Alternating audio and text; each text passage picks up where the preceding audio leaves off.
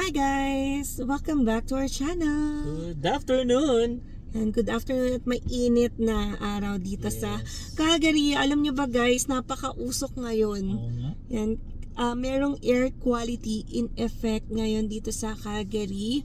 Pakita ko.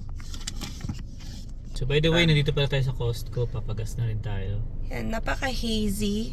So I think merong nangyayaring wildfire sa kalapit nating area. Oo, meron na naman. Yan, kasi nga syempre summer, tas mainit. Oo nga.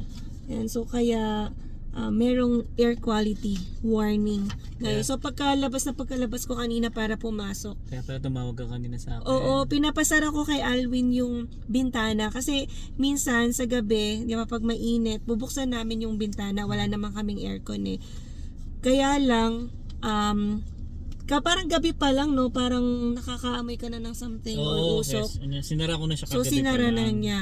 Pero kanina nga umaga, nung pagkalabas ko para pumasok, chinek ko na rin. Sabi ko, Alvin, ayan, isara mo yung bintana at baka lalo 'di ba pumasok kasi pwedeng mag-cause ng like asthma, yung cough, yan yung mga ganitong klase ng usok. Kaya sagot ko sa'yo, kagabi ko pa sinara. Kasi nga naamoy ko na iba. Pero yung sa sala, baby, bukas yun. Hindi, sinara ko yun. Sinara. So, yan minsan kasi nag-open kami. Pero sinasara rin namin pag aalis na tapos yun feel namin uulan. Uulan, yeah. Kasi umaampias. Yung sa sala lang naman. Pero yung sa kusina na area, hindi yun naaampias ano. So anyway, papagas muna tayo kasi I think paubos na yung gasolina natin. Yeah, magto 2 weeks na kasi bukas. Hindi ko alam baby kung magkano ngayon yung rate. Ay, Parang magkano sabi yung- ni Froy sa akin nung nagsimba tayo nung Mura ba medyo ngayon? mahal daw. Oo, mahal ngayon. Sabi niya. Hindi namin 114, napansin. sabi niya sa akin nakaraan. Oo. 114? Kasi bumaba yun. Oh, Mas bumaba mura. pa kasi yun. At saka Costco mas mura talaga. Yes. Yan kumpara sa ibang. Siyempre kasi pag member ka, meron kang discount. Yes. Yan. So anyway, ayan habang tayo ay nag-aantay dahil napakahaba ng pila guys. 15 minutes na kami dito guys. Nandito pa lang kami. O hindi naman 15-10 lang. Hindi mo nang Yan. Ang daming nagpapagas ngayon. Siguro coming from the long weekend kahapon. Yeah. Siyempre, ubos-ubos ang mga gasolina ng mga tao, kakagala. Kaya kailangan nilang magpagas today. Yes. Ayan, kaya kami din nakisabay. Ash pa ako. Pero sabi ko, para tuloy-tuloy na rin. Para sunod.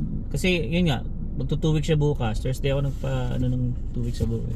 Tsaka sinabay na namin dahil nga malapit yung sa work ko mo. dito. Pagkasundo sa akin ni Alvin. Si Zion dito tulog. Ayan, nasa bahay lang naman si Zion na nakatambay kasama ni Alvin dahil off niya ngayon. Yeah, pero bukas balik na ulit. Pasok na ako tsaka si Sayan. Ayan, back to work. So hopefully no, hindi na ganun kausok. Ayan. Anyway, ayan, magkwentuhan nga ulit tayo. Ayan, na-miss ko ang mga kwentuhang related sa immigration. So, base sa mga news din na nababasa natin. So, last month lang, yan, I think 2 weeks ago, merong inilabas na article na papaigtingin na raw ng Canada lalo ang pagre-review ng mga taong nagpapasa ng cash job experience nila for immigration purposes. Okay. So, kayo ba, nagka-cash job kayo or nag-cash job kayo before? So, paano nyo napatunayan? Yan, kasi kailangan may document ka to support your experience na nagtrabaho ka, di ba? So, dito naman guys, sa Canada, ayan, base rin sa article na inilabas, hindi bawal yung kunwari may experience ka before back in your country na cash job.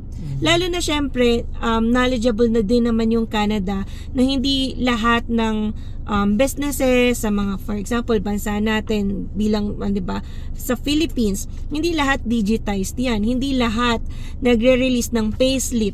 Hindi lahat ang bayad sa sahod ay through may payroll tapos papasok na lang sa iyong ATM. Yung iba, babayaran ka using cash pa rin.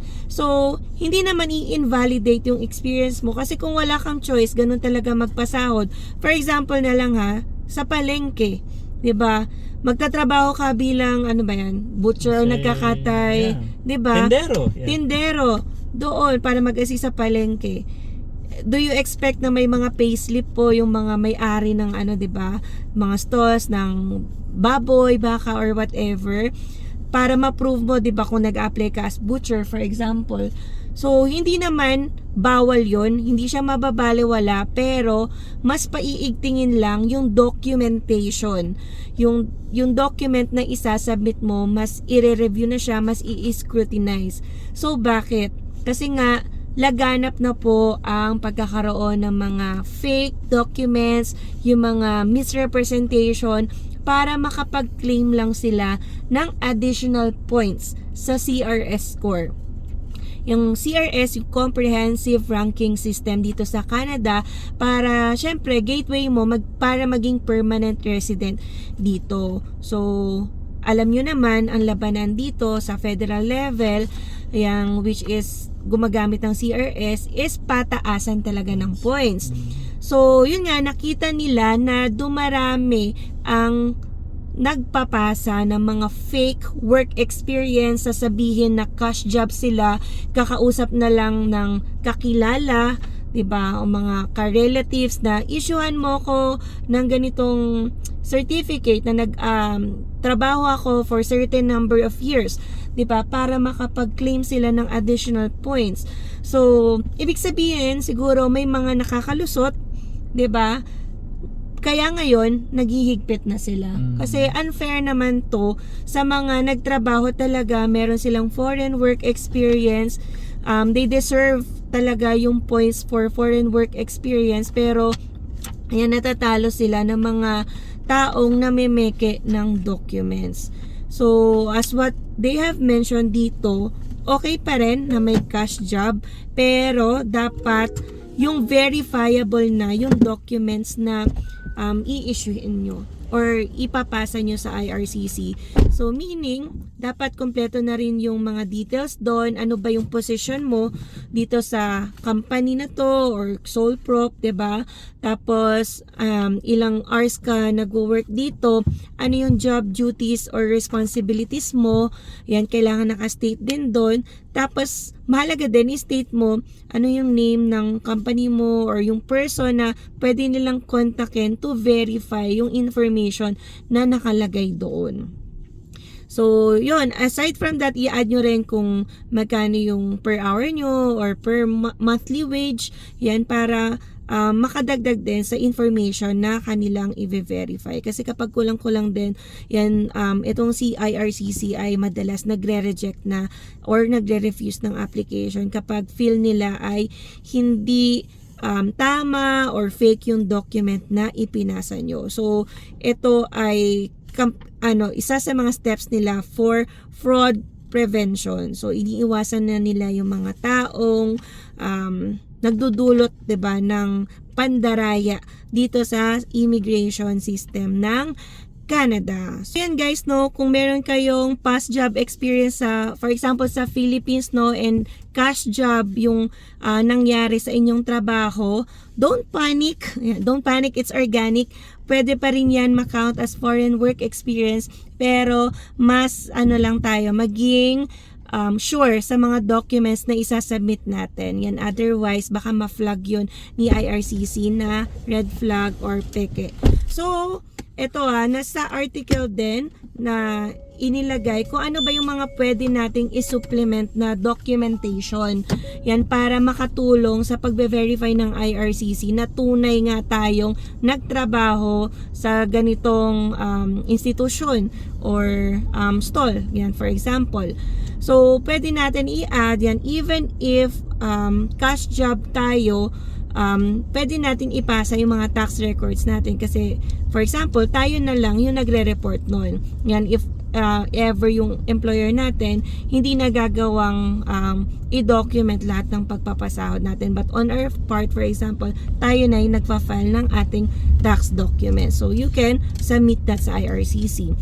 So you can also attach yung bank statements nyo. So even if, for example, 'di ba, binayaran si Alvin ng 10,000 a month, yan, sa Philippines.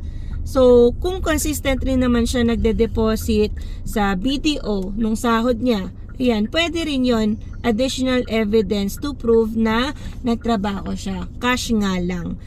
And then, pwede rin siya magpasa ng affidavits from colleagues or supervisors. Ibig sabihin, yan, to prove din, totoong may business, totoong may ka-work kayo, legit talaga yung trabaho na pinasukan ninyo. And finally, yan, pwede nyo ring ipasa yung contracts or appointment letters nyo. So, maganda rin, di ba?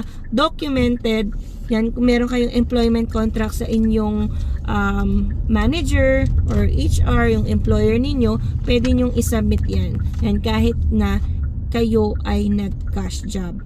So, again, para sa mga reference letters no na ipapasa sa IRCC to prove na kayo ay nagtrabaho sa ganitong employer, make sure na nandyan or nakasulat ang iyong job title and detailed duties, yung dates of employment from, for example, January 1, 2018 to December 31, 2022. So dapat nandoon ang start and end dates. So, as I've mentioned, dapat nandiyan din yung salary amount and payment method. If by cash, yan, just state it by cash. If by like direct deposit, yan, you can state it by direct deposit. And then, mahalaga rin talaga, ilagay nyo yung contact information. Yung makokontak ng IRCC, pwedeng tawagan, pwedeng i-email to verify yung mga details na nakalagay doon sa letter. And syempre, don't forget na para 'di ba formal and legal ang iyong document ay sinasubmit, use the company's letterhead. So, manghingi kayo or dapat i-request nyo sa HR nyo na dapat ilagay naman lang sa letterhead yung iyong reference letter. Right?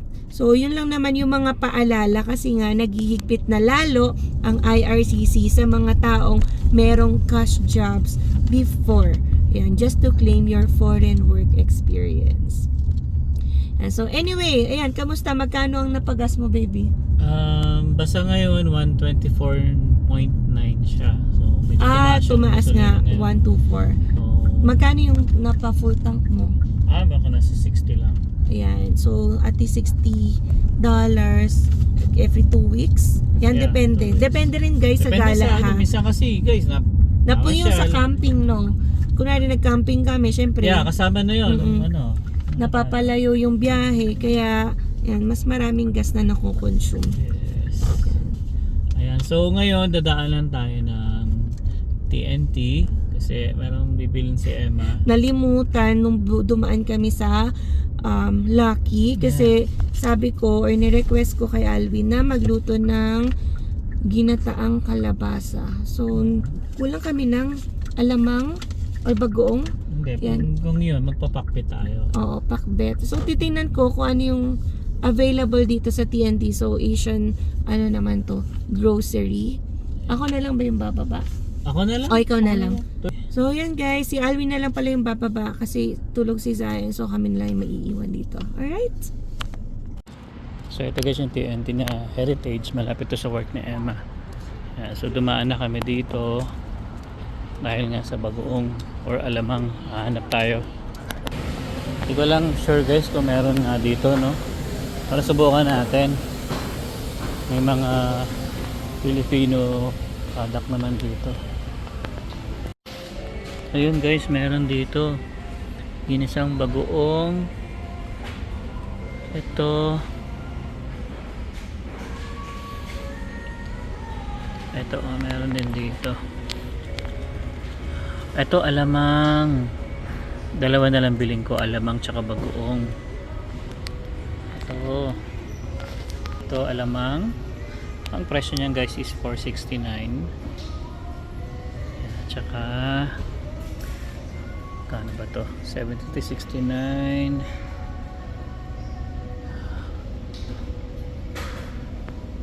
Ito medyo mahal na to, $5.49. Ito pwede rin ito, ginisaang bagoong. Ito mas mura. Ito bagoong alamang. Ito yung sinasabi ni Emma, bagoong alamang. So ito na lang siguro bilhin ko, para isa lang bilhin natin, no? Okay na rin naman. Subukan lang muna natin to. Tsaka mas mura siya, $5.09 0.09 cents lang siya. Alright. Ayan guys, finally pauwi na tayo. And pakita ko ulit yung binili ni Alwin. Kasi nagtatalo pa kami kanina kung ano bibilin, bagoong o alamang. Ayan na, Magkaiba yata dalawang na yan. yun. So ito, bagoong alamang. Pero merong may bagoong lang, meron din alamang. Oo, so, nung buti nga sinilip ko, yan, nakita ko. Zamboanga Kusina. $5 daw. Yan, Yan, magluluto pa siya pag uwi. First time kong lulutuin pinakbet. Pero dali lang naman yan, gisa lang naman. Oo. Ready ko na rin naman yung mga igigis ako, nilabas ko na kanina. So yeah. Yeah, so si Zion gising na. Say hi, Zion. Lobat pa. Tulalay pa. Tulalay pa. Ayan, so ngayon, pauwi na tayo guys. It's been a long day. Alright. So yun guys, I hope na may natutunan kayo sa vlog ni Emma kasi Ayan. hindi naman ako kasali kanina sa mga daldalan niya, no? And so regarding Ayan. sa cash jobs. Yes. Alright, so I think hanggang dito na lang muna guys. We will see you again on the next one. Peace! Peace!